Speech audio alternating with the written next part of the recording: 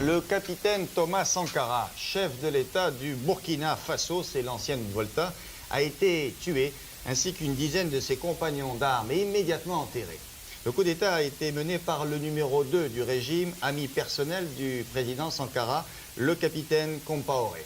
Le putsch semble avoir réussi et il y aurait eu de violents combats dans la capitale, Ouagadougou. Actuellement, la situation semble calme. Toute la matinée, Michel Monponté a recueilli toutes les informations possibles. Vous allez l'entendre. En ce moment même, les communications téléphoniques sont coupées. Un message simplement est toujours diffusé à la radio.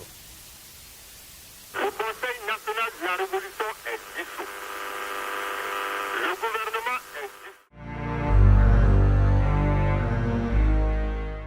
Ainsi s'éteint la vie de Thomas Sankara, mais pas la lumière de ses idéaux qui continueront à briller à travers les âges.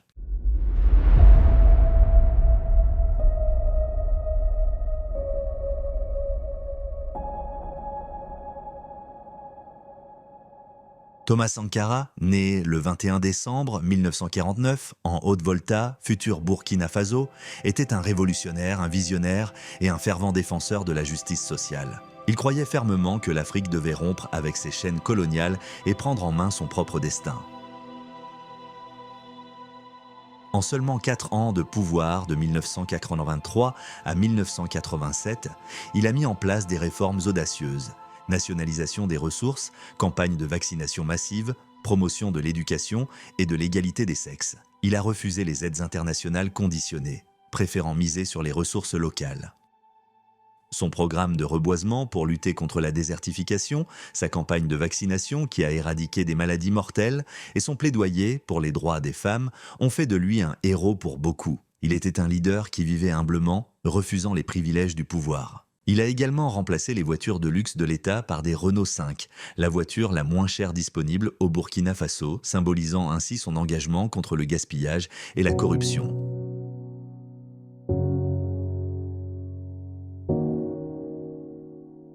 Thomas Sankara a été assassiné le 15 octobre 1987, mais ses idéaux continuent d'inspirer les luttes pour la liberté, la dignité et le progrès en Afrique et au-delà. Son héritage est celui d'un homme qui, même dans la mort, continue de nous rappeler l'importance de la justice et de l'autodétermination.